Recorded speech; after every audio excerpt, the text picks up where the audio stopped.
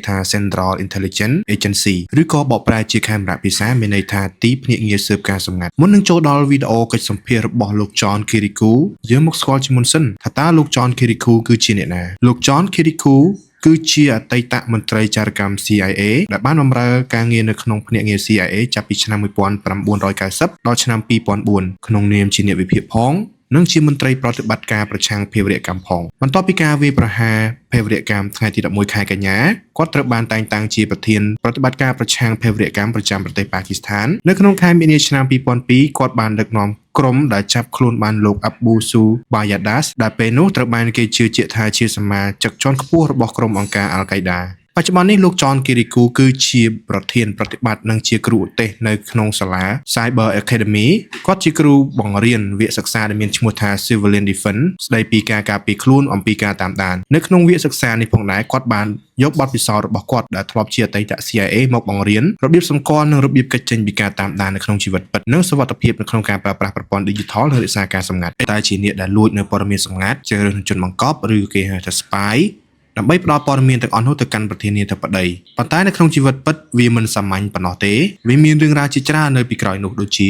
CIA គឺជាអ្នកស៊ើបអង្កេតលួចការសម្ងាត់ពីប្រទេសណាមួយជាអ្នកនៅពីក្រោយការផ្ដួលរំលំរដ្ឋាភិបាលបរទេសណាមួយជាអ្នកនៅពីក្រោយការជះឥទ្ធិពលទៅលើប្រព័ន្ធផ្សព្វផ្សាយបរទេសឬក៏មានការសម្លាប់មនុស្សទៀតផងនៅក្នុងករណីចាំបាច់និយាយមួយម៉ាត់ឲ្យខ្លីគឺពួកគេធ្វើអ្វីដែលប្រធានាធិបតីបញ្ជាឲ្យពួកគេធ្វើសំណួរបន្ទាប់គេបានសួរគាត់ថាតើនៅពេលដែលកាមេរ៉ាកុំព្យូទ័រតាមទូរទស្សន៍បានដែរឬទេគាត់និយាយមួយម៉ាត់យ៉ាងខ្លីថាអាចព្រោះរឿងទាំងអស់នេះគឺសុទ្ធតែធ្លាប់បានកាត់ឡើងរួចមកហើយគាត់ថា CIA មានសមត្ថភាពអាចធ្វើការស្ដាប់ការឆៅឆ្លងតាមទូរស័ព្ទដៃតាមកុំព្យូទ័រឬក៏តាមប្រព័ន្ធអេឡិចត្រូនិកផ្សេងទៀតបានយ៉ាងងាយស្រួលមិនត្រឹមតែប៉ុណ្ណោះ CIA ក៏អាចធ្វើការគ្រប់គ្រងទៅលើរថយន្តនៅពេលដែលយើងកំពុងតែបើកបរបានដែរដែលអាចធ្វើឲ្យរថយន្តដែលយើងកំពុងតែបើកបរនោះមានគ្រោះថ្នាក់ផ្សេងៗដូចជាការធ្លាក់ពីលើស្ពានជិះទៅបុកនឹងដើមឈើអីផ្សេងៗហើយធ្វើឲ្យការស្លាប់នោះមើលទៅគឺដូចជាឧបទ្ទវហេតុអញ្ចឹងប៉ុន្តែទាំងអស់នោះគឺជាស្នាដៃរបស់ CIA មិន TV ហ្នឹងក៏ពួកគេអាចធ្វើការ hack ចូលបានដែរដើម្បីស្ដាប់ការសន្ទនាទៅលើជនណាដែលគេតាមដានស្ដាប់ទៅគឺអាចនឹងគួរខ្លាចបន្តិចប៉ុន្តែវាគឺជាការពិតពួកគេអាចធ្វើការតាមដានស្ដាប់សំឡេងសារសន្ទនាតាមរយៈទូរស័ព្ទដៃឬក៏តាមរយៈប្រព័ន្ធឆ្លាតវៃផ្សេង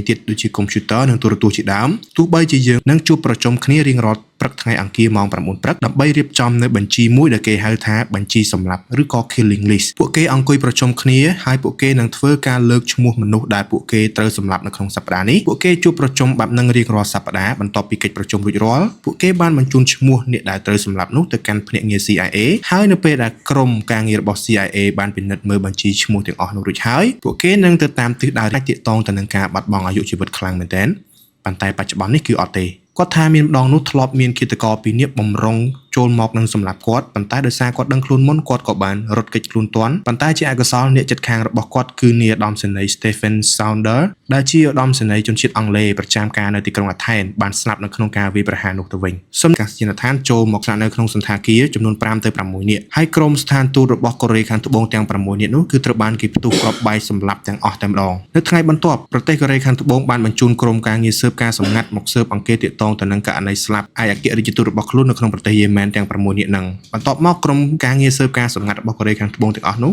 ក៏ត្រូវបានក្រុមឧទាមនៅក្នុងប្រយោគឧទាហរណ៍ថា10ទៅ20ឆ្នាំចឹងទៅហើយឲ្យបុគ្គលទាំងអស់នោះស្វែងរកការងារធ្វើប្រកបរបរចិញ្ចឹមជីវិតដូចគេដូចឯងទូទៅអញ្ចឹងហើយគាត់បាននិយាយថាប្រមាណជាង3ឆ្នាំមុនគឺមាន sleeper agent ជនជាតិរុស្ស៊ីចំនួន2នាក់នៅរដ្ឋ Virginia ដែលត្រូវបានសហរដ្ឋអាមេរិកធ្វើការចាប់ខ្លួននិងបណ្តេញចេញពីប្រទេសហើយមានម្នាក់នោះគឺរស់នៅក្នុងសង្កាត់របស់គាត់ផ្ទាល់តែម្ដង Sleeper Agent ទាំងអស់នោះការងាររបស់ពួកគេគឺចូលមករស់នៅធ្វើខ្លួនដូចជាប្រជាជនរបស់សហរដ្ឋអាមេរិកប្រកបការងាររកស៊ីធម្មតាមានអ្នកខ្លះធ្វើការងារជាគ្រូបង្រៀនថ្នាក់បតីអ្នកខ្លះធ្វើការងារនៅក្នុងអាកាសយានដ្ឋានហើយពួកគេស្នាក់នៅសហរដ្ឋអាមេរិកយូរឆ្នាំខ្លាំងមែនទែនចន្លោះពី10ទៅ20ឆ្នាំឯណោះហើយពួកគេតែងតែប្រមូលនៅព័ត៌មានសម្ងាត់បន្តិចម្ដងដោយអត់ឲ្យមាននរណាដឹងសំណួរចុងក្រោយគេបានសួរគាត់ថានៅក្នុងរឿងគេធ្លាប់ឃើញមានភ្នាក់ងារ CIA ដែលគេតែងខ្លួនគេបន្លំខ្លួនផាត់មុខ make up បើសិនជាបងប្អូននិយមមើលរឿង Hollywood ទាក់ទងទៅនឹងឈុតដែលប៉ូលីស CIA ចូលទៅលួចទិន្នន័យសម្ងាត់គេឃើញមានការតុបតែងខ្លួនបងប្អូនច្បាស់ជាយល់អ្វីដែលខ្ញុំនិយាយហើយគេសួរគាត់ថាតើ CIA ពិតជាមានអ្នកបន្លំខ្លួនអ្នក make up អ្នកតុបតែងមុខនឹងមែនដែរឬក៏អត់គាត់ថាពិតជាមានមែនគាត់ធ្លាប់ជួបដោយផ្ទាល់នៅពេលដែល គាត់ចូលធ្វើការងារជា CIA ដំបូងគឺមានម្នាក់នោះគាត់គឺជាអ្នកជំនាញ make up តែម្ដងគាត់ជាអ្នក make up ក៏ពិតមែនក៏ប៉ុន្តែគាត់មានសមត្ថភាពអាចចូលធ្វើការងារនៅក្នុង CIA បានដោយសារតែគាត់មានជំនាញខាងផាត់មុខខាងតុបតែងមនុស្សឲ្យមើលទៅដូចមនុស្សម្នាក់មួយផ្សេងទៀតមានន័យថាគាត់អាចក្លែងបន្លំមនុស្សម្នាក់ឲ្យទៅជាមនុស្សម្នាក់មួយផ្សេងទៀតតាមរយៈការផាត់មុខឬក៏ការ make up សម្រាប់បងប្អូន